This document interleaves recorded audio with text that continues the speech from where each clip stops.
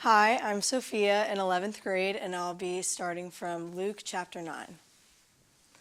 When Jesus had called the 12 together, he gave them power and authority to drive out all demons and to cure diseases, and he sent them out to proclaim the kingdom of God and to heal the sick. He told them, "Take nothing for the journey, no staff, no bag, no bread, no money, no extra shirt. Whatever house you enter, stay there until you leave that town. If people do not welcome you, leave their town and shake the dust off your feet as a testimony against them." So they set out and went from village to village, proclaiming the good news and healing people everywhere. Now Herod the Tetrarch heard about all that was going on, and he was perplexed, because some were saying that John had been raised from the dead, others that Elijah had appeared, and still others that one of the prophets of long ago had come back to life. But Herod said, "I beheaded John. Who then is this I hear such things about?" And he tried to see him. When the apostles returned, they reported to Jesus what they had done. Then he took them with him, and they withdrew by themselves to a town called Bethlehem. But the crowds learned about it and followed him. He welcomed them and spoke to them about the kingdom of God, and healed those who needed healing. Late in the afternoon, the 12 came to him and said, "Send the crowd away so that they can go to the surrounding villages and countrysides and find food and lodging, because we are in a remote place here." He replied, "You give them something to eat." They answered, "We have 5 loaves of bread and 2 fish, unless we go and buy food for all this crowd." About 5,000 men were there. But he said to his disciples, "Have them sit down in groups of about 50 each." The disciples did so, and everyone sat down.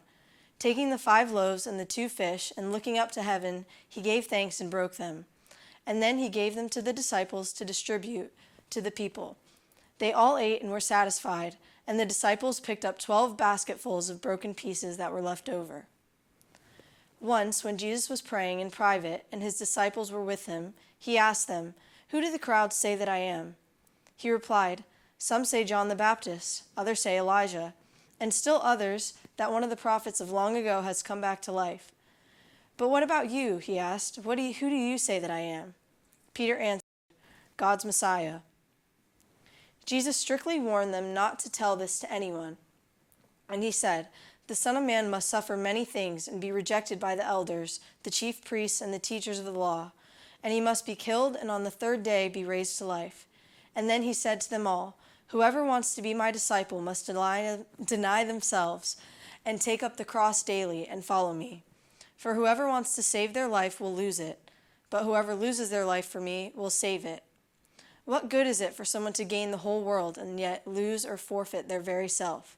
Whoever is ashamed of me and my words, the Son of Man will be ashamed of them when he comes in his glory, and in the glory of the Father and of the holy angels. Truly I tell you, some who are standing here will not taste death before they see the kingdom of God." About 8 days after Jesus said this, he took Peter, John, and James with him and went up onto a mountain to pray. As he was praying, the appearance of his face changed, and his clothes became bright as a flash of lightning. 2 men, Moses and Elijah, appeared in glorious splendor, talking with Jesus.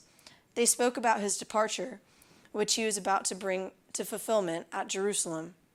Peter and his companions were very sleepy, but when they became fully awake, they saw his glory, and the 2 men standing with him.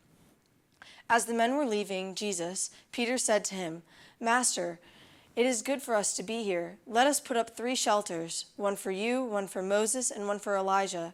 He did not know what he was saying. While he was speaking, a cloud appeared and covered them, and they were afraid as they entered the cloud. A voice came from the cloud saying, "This is my Son, whom I have chosen. Listen to him." When the voice had spoken, they found that Jesus was alone. The disciples kept this to themselves and did not tell anyone at the time what they had seen. The next day, when they came down from the mountain, a large crowd met him. A man in the crowd called out, "Teacher, I beg you to look at my son, for he is my only child. A spirit seizes him, and he suddenly screams. It throws him into convulsions, so he foams at the mouth. It scarcely ever leaves him and is destroying him. I begged your disciples to drive it out, but they could not." "You unbelieving and perverse generation," Jesus replied, "how long shall I stay with you and put up with you? Bring your son here." Even while the boy was coming, the demon threw him to the ground in a convulsion. But Jesus rebuked the impure spirit, healed the boy, and gave him back to his father. And they were all amazed at the greatness of God. While everyone was marveling at all that Jesus did, he said to his disciples, "Listen carefully to what I am about to tell you. The Son of Man is going to be delivered into the hands of man." But they did not understand what this meant. It was hidden from them, so that they did not grasp it, and they were afraid to ask him about it. An argument started among the disciples as to which of them would be the greatest.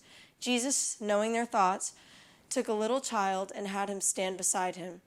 Then he said to them, "Whoever welcomes this little child in my name welcomes me, and whoever welcomes me welcomes the one who sent me. For it is the one who is least among you all who is the greatest." "Master," said John, "we saw someone driving out demons in your name, and we tried to stop him because he is not one of us." "Do not stop him," Jesus said, "for whoever is not against you is for you." As the time approached for him to be taken up to heaven, Jesus resolutely set out for Jerusalem. And he sent messengers on ahead who went into a Samaritan village to get things ready for him. But the people there did not welcome him, because he was heading for Jerusalem. When the disciples James and John saw this, they asked, "Lord, do you want us to call fire down from heaven and destroy them?" But Jesus turned and rebuked them. Then he and his disciples went to another village. As they were walking along the road, a man said to him, "I will follow you wherever you go." Jesus replied, "Foxes have dens and birds have nests, but the Son of Man has no place to lay his head." He said to another man, "Follow me." But he replied, "Lord, first let me go and bury my father."